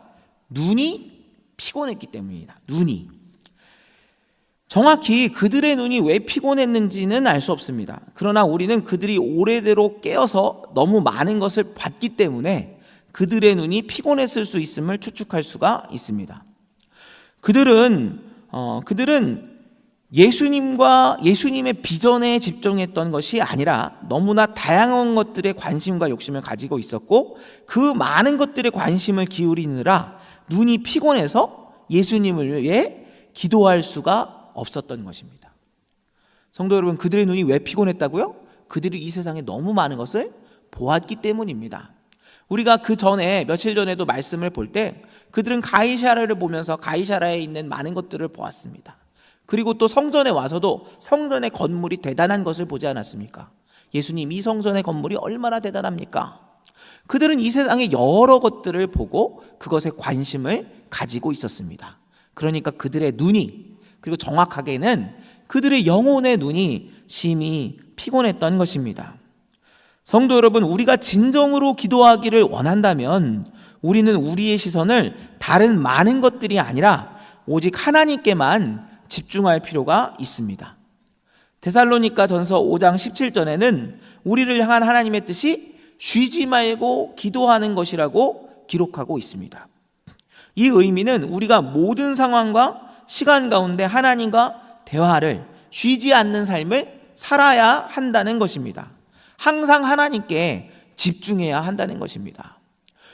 어떻게 해야 그렇게 할 수 있을까요? 성도 여러분, 우리가 눈을 감고 살 수는 없지 않습니까?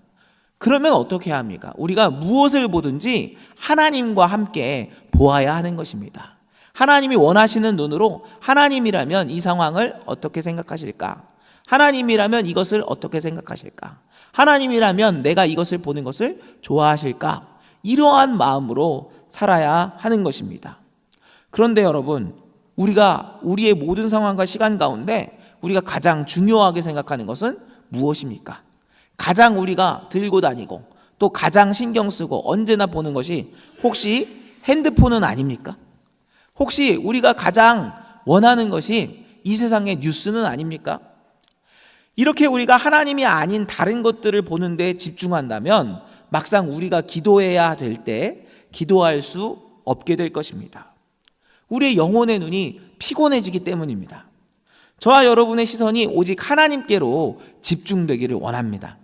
우리의 시선이 하나님께 집중될 때 우리는 하나님께 우리의 삶을 나눌 수 있고 또 하나님께서 우리에게 원하시는 것이 무엇인지를 깨닫게 될 것입니다. 셋째로, 그들의 슬픔으로 인해 기도할 수 없었다고 성경은 기록하고 있습니다. 오늘 본문과 동일한 본문을 다루는 누가복음 22장 44절과 45절은 다음과 같이 기록하고 있습니다. 예수께서 힘쓰고 애써 더욱 간절히 기도하시니 땀이 땅에 떨어지는 핏방울 같이 되더라.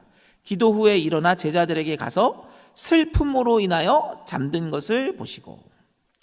제자들이 왜 기도할 수 없었다고요? 그들의 슬픔으로 인해서 그들은 기도할 수 없었습니다.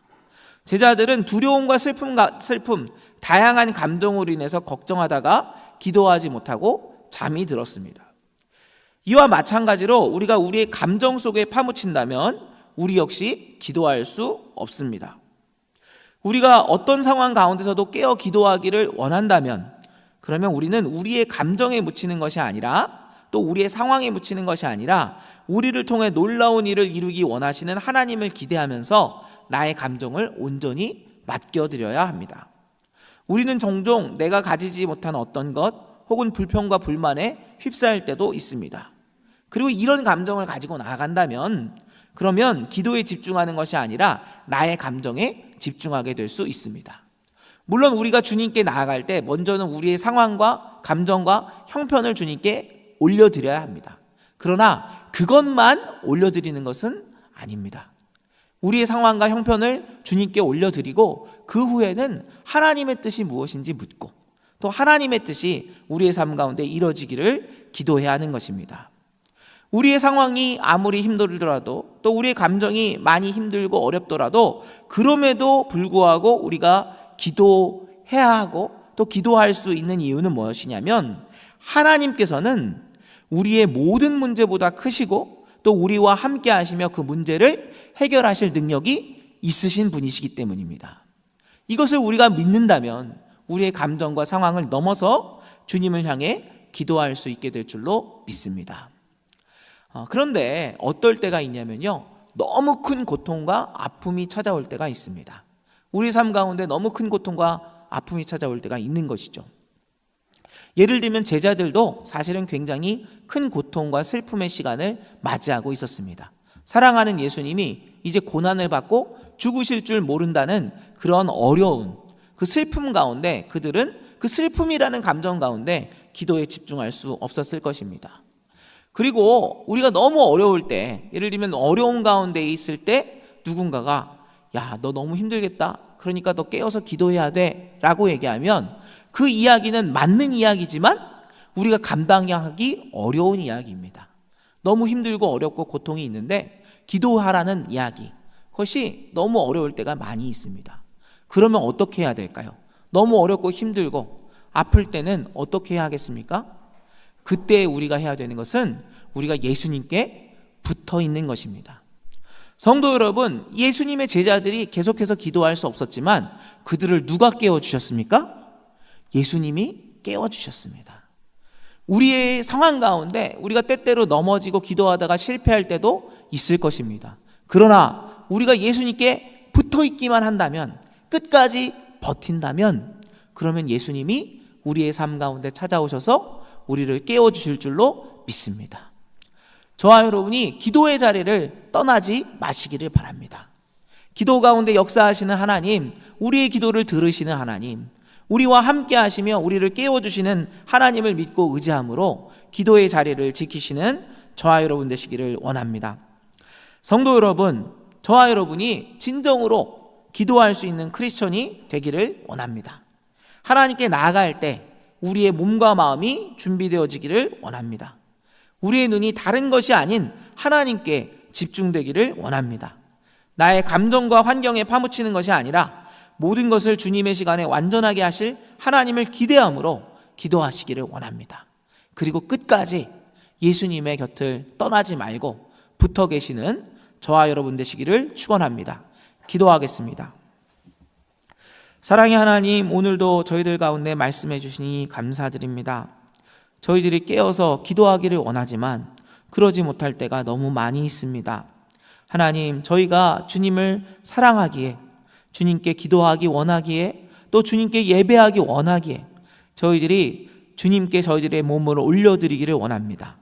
저희들이 잘 쉬고 또 주님 안에서 안식을 누리고 또 건강한 몸과 마음으로 주님께 나와 기도하며 또 주님께 예배드리게 하여 주시옵소서.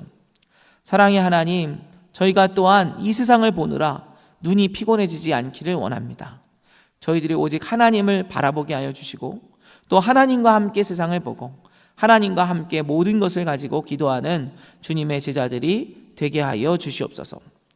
사랑의 하나님, 우리의 감정과 환경이 어떠하든지 주님께 기도하기를 원합니다. 주님께 꼭 붙어서 주님과 함께 기도하며 주님께 영광 올려드리며 주님의 뜻에 순종하는 주님의 자녀들이 되게 하여 주시옵소서.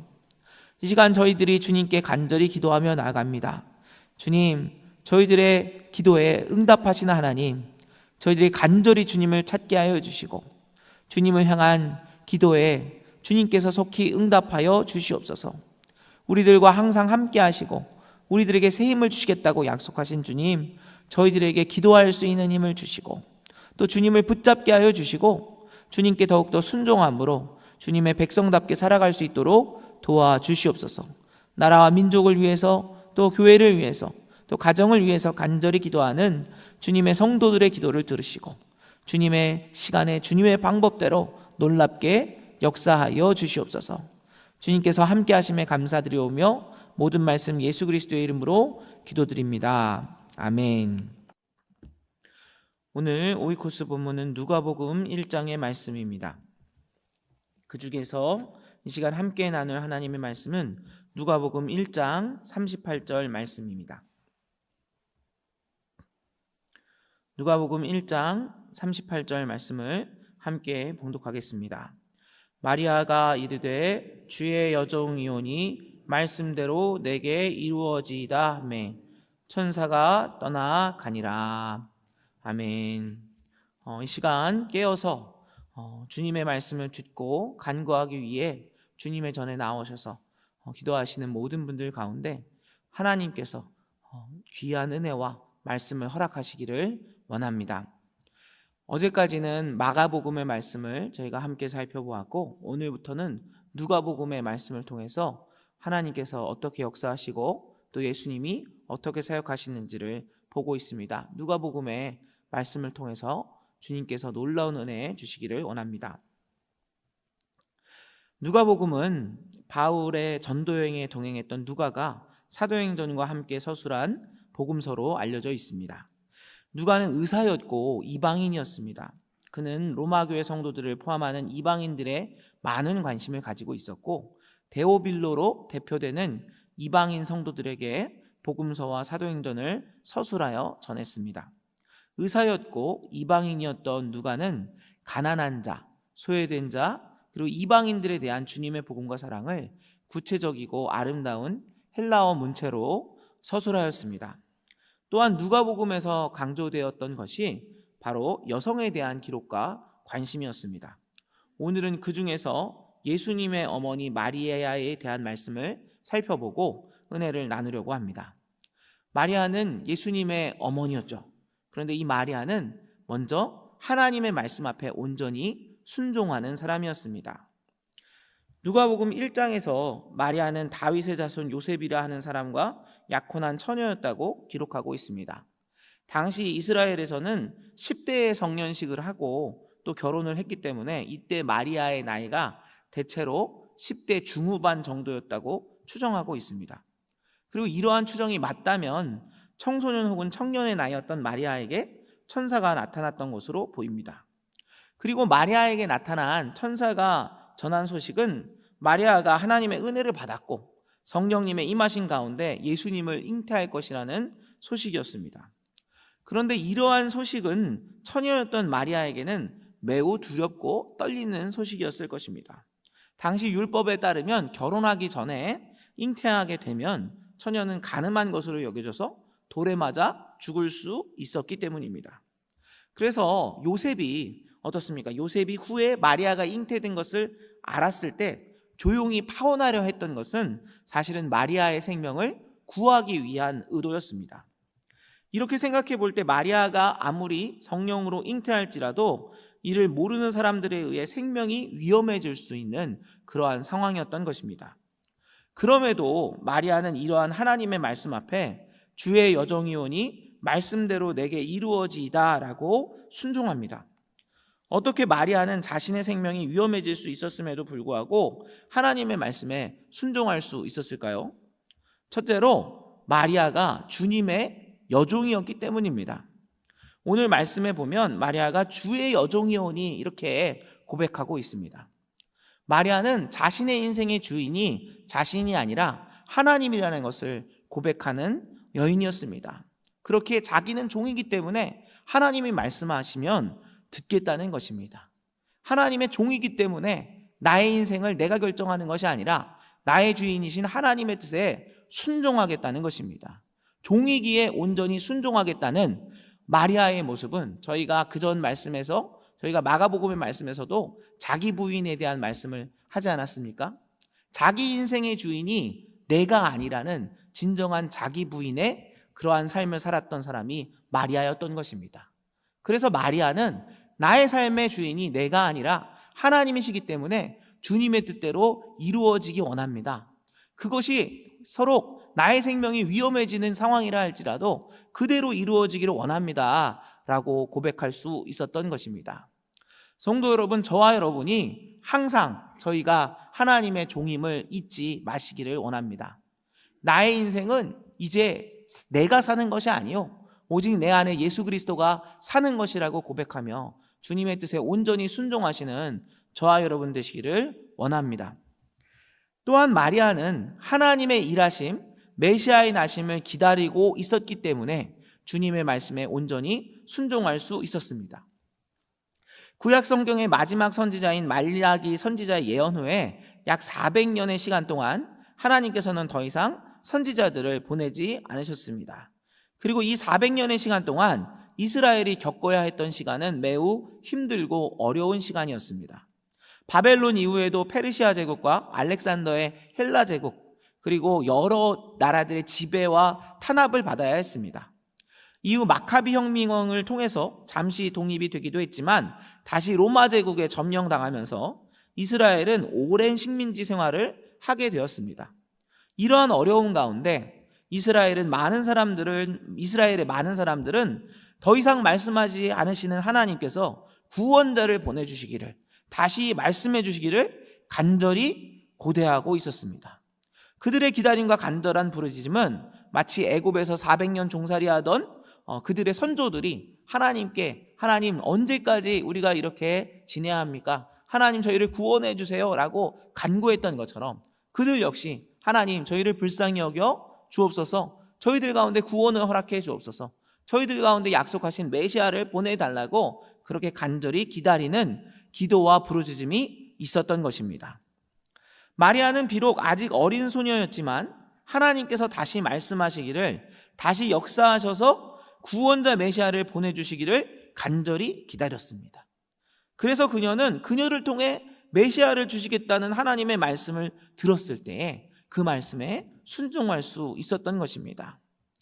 성도 여러분, 마리아는 하나님의 구원하심을 간절히 원했기 때문에 자신의 생명을 걸고 하나님의 말씀에 순종했습니다. 성도 여러분, 만약 우리가 이 세상에 살면서 이 세상에 그저 만족하며 살아간다면 어떻게 주님의 말씀에 순종할 수 있겠습니까? 저희들이 이 세상을 살면서 기억해야 하는 것은 이 세상은 결코 우리가 완전히 만족하며 이 세상에서 안주하며 살 곳이 아니라는 것을 기억해야 합니다. 저희들은 여기에 머물러 있는 것이 아니라 하나님의 구원하심과 하나님의 역사하심을 간절히 원해야 하는 것입니다. 저와 여러분이 이 세상을 살아가지만 예수 그리스도의 구원을 간절히 기다리며 살아가기를 원합니다. 주님, 이 땅 가운데 하나님의 공의와 하나님의 회복이 일어나기를 원합니다.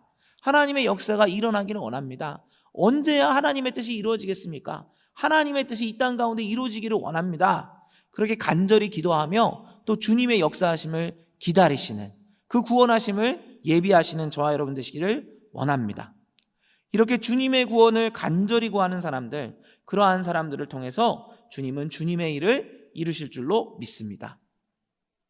다음으로 마리아는 세례 요한의 어머니 엘리사벳과 함께 하나님을 찬양했습니다. 누가복음 1장 46절에서 55절까지의 말씀은 마리아가 예수님을 잉태하게 하신 하나님을 찬양하는 내용을 기록하고 있는데요. 마리아가 하나님을 어떻게 찬양했는지 제가 쉬운 성경으로 읽어드리겠습니다. 내 영혼이 주님을 찬양합니다. 내 영혼이 나의 구주 하나님을 기뻐합니다. 그것은 주님께서 이 여종의 비천함을 돌보셨기 때문입니다. 이제부터는 모든 세대가 나를 복되다 할 것입니다. 그것은 전능하신 분이 내게 이 큰 일을 행하셨기 때문입니다. 주님의 이름은 거룩합니다. 주님의 자비하심은 하나님을 두려워하는 자에게 대대로 있을 것입니다. 주님은 강한 팔로 권능을 행하시고 마음이 교만한 자를 흩으셨습니다. 하나님은 왕들을 왕자로부터 끌어내리시고 낮고 천한 사람들을 높이셨습니다.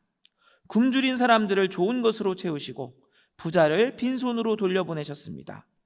주님은 자비를 기억하시며 주님의 종 이스라엘을 도우셨습니다.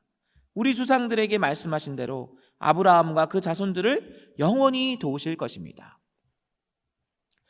사실 요셉이 마리아의 남편 요셉이 목수였고 또 그들이 예수님을 말구에서 낳아야 했던 상황을 보면은 마리아와 요셉은 세상적으로 좋은 가문이나 부유한 가문은 아니었던 것 같습니다. 이제 처녀의 몸으로 예수님을 잉태하면 그녀는 또한 매우 위험한 상황이 될 수도 있었습니다. 그러한 상황 가운데 마리아는 두려움에 떠는 것이 아니라 하나님을 찬양하고 있는 것입니다. 그녀에게는 하나님께서 일하실 것을 기대하고 기다리는, 소망하는 믿음이 있었기 때문입니다. 마리아는 사랑과 공의의 하나님이 낮고 천한 자를 높이시고 굶주린 사람들을 채우시고 하나님을 두려워하는 사람들에게 영원히 도우실 것을 믿고 기대했습니다. 그리고 그 일을 자신을 통해 이루실 것에 대해서 감격하고 감사했고 찬양했습니다. 그녀는 하나님의 약속의 말씀을 통해 하나님께서 이스라엘을 도우시고 회복시키실 것을 믿고 찬양하고 있는 것입니다. 성도 여러분, 하나님께서 가장 기뻐하시는 찬양이 무엇입니까? 그것은 우리가 하나님을 기뻐하며 하나님의 구원하심을 믿고 찬양하는 것입니다. 하나님 아버지가 세상의 주인이십니다. 하나님께서 나의 삶을 통해 역사하십니다. 하나님이 최고이십니다. 라고 선포하는 것입니다. 성도 여러분, 이렇게 하나님을 찬양하고 기뻐하는 것이 바로 하나님께서 저와 여러분을 찬양하신 이유입니다. 그리고 찬양하신 그 이유의 목적대로 우리가 살 때, 그럼 어떻게 사는 것입니까? 우리가 하나님을 찬양하고 하나님을 기뻐할 때 우리는 비로소 가장 행복하고 가장 만족하는 삶을 살 수 있게 되는 것입니다. 저와 여러분이 저희들의 삶 가운데 이미 큰 일을 행하셨고 앞으로도 이루실 하나님을 찬양하기를 원합니다. 하나님을 기뻐하기를 원합니다. 성도 여러분, 우리의 삶 가운데 여러 가지 어려움들과 환난이 있지만 그러나 어떻습니까? 이 모든 환난과 어려움보다 누가 더 크십니까? 하나님이 더 크십니다. 그래서 우리는 하나님을 찬양하고 기뻐할 수 있는 것입니다. 그리고 하나님을 찬양하고 기뻐할 때 성도 여러분, 하나님이 우리의 가장 좋은 아버지가 되시는데 우리의 삶 가운데 어려움이 있는데도 불구하고 우리가 하나님을 기뻐하고 찬양한다면 얼마나 하나님이 기쁘시겠습니까? 그리고 우리가 이렇게 하나님을 찬양하고 감사하며 감격하며 나아갈 때 하나님께서 저와 여러분 가운데 더 기쁨과 은혜의 소식들을 허락하실 줄로 믿습니다. 마지막으로 마리아는 하나님의 역사하심을 마음에 깊이 새기는 사람이었습니다. 누가복음 2장에는 요셉과 마리아가 베들레헴에서 예수님을 낳는 장면이 나옵니다. 그때 목자들이 천사들의 기쁜 소식과 찬송을 듣고 이를 전하였는데 이때 사람들이 어떻게 반응하였는지 누가복음 2장 16절에서 17절은 이렇게 기록하고 있습니다. 듣는 자가 다 목자들이 그들에게 말한 것들을 놀랍게 여기되 마리아는 이 모든 말을 마음에 새기어 생각하니라. 성도 여러분, 이때 마리아만 그 소식을 들은 것이 아니었습니다. 그 자리에는 다른 사람들도 있었습니다. 그들도 놀랍게 여겼습니다. 그러나 그들은 거기까지였습니다. 그저 놀랍게 여겼습니다. 그러나 마리아는 이 모든 말을 마음에 새기고 생각하고 기억했습니다. 이렇게 하나님의 역사하심을 기억했던 마리아는 예수님께서 십자가를 지실 때 함께 하였고 또 예수님이 승천하신 후에도 제자들과 함께 기도하며 예수님의 복음과 부활을 증거하는 증인으로 살아갔습니다. 성도 여러분, 하나님의 놀라운 구원의 역사는 하나님의 뜻이 이 땅에 이루어지기를 간절히 소망하는 사람들을 통해 이루어집니다. 그리고 간절히 소망할 뿐만 아니라 하나님의 뜻이 이루어지기를 원합니다. 하나님의 뜻이 이루어지기를 위해서라면 제가 정말 제가 미약하지만 나의 삶을 드리기 원합니다 라고 삶을 올려드리는 그 사람들을 통해 이루어져 왔습니다.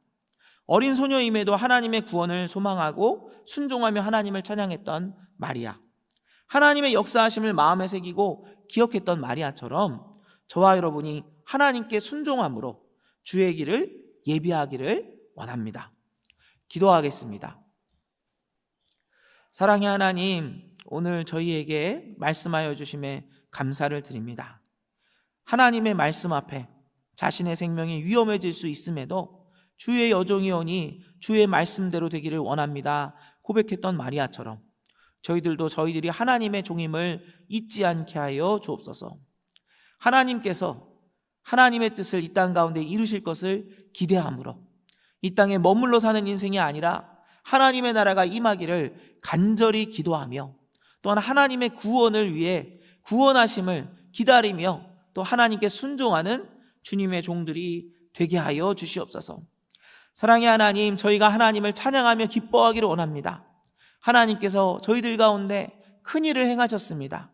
예수 그리스도의 구원을 허락해 주셨습니다.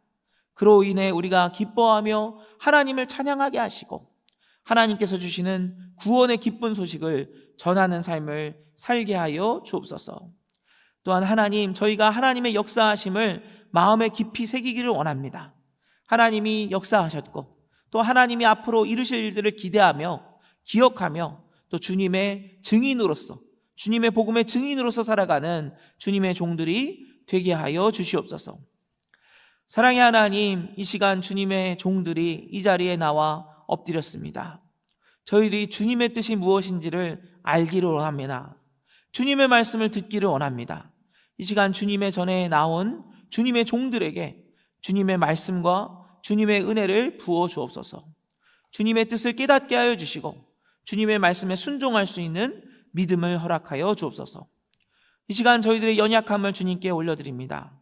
저희들의 육신의 질병과 또 마음의 고통과 저희들의 기도의 제목들을 주님께 올려드리오니 주님 긍휼히 여겨 주시옵소서. 치유의 하나님께서 저희들을 치유하여 주시옵소서. 또한 저희들의 동역자들 가운데 많이 아프고 힘든 가족들도 있습니다. 주여 불쌍히 여겨 주시고 주의 성령으로 신방하여 주시고 주님의 능력으로 치유하여 주시옵소서. 아버지, 저희들의 다음 세대를 위해 기도합니다. 마리아가 청년 청소년의 나이에도 주님께 순종했던 것처럼 저희의 자녀들도 깨어서 성령으로 충만하여 주님의 말씀에 순종하는 자녀들로 커가게 하시고 그들을 통해서 하나님의 역사가 이 땅 가운데 이루어지게 하여 주시옵소서. 이 나라를 불쌍히 여겨 주시기를 원합니다. 이 나라 가운데 이제 중요한 선거도 있습니다. 아버지, 저희가 간절히 기도하는 것은 이 땅 가운데 주님의 공의와 주님의 뜻이 이루어지기를 원합니다. 저희들이 다음 세대를 지키기를 원합니다. 주여 불쌍히 여겨 주시옵소서. 이 시간 깨어서 기도하는 주님의 종들의 기도를 주님께서 들으시고 응답하실 줄로 믿사오며 모든 말씀 예수 그리스도의 이름으로 기도드립니다. 아멘.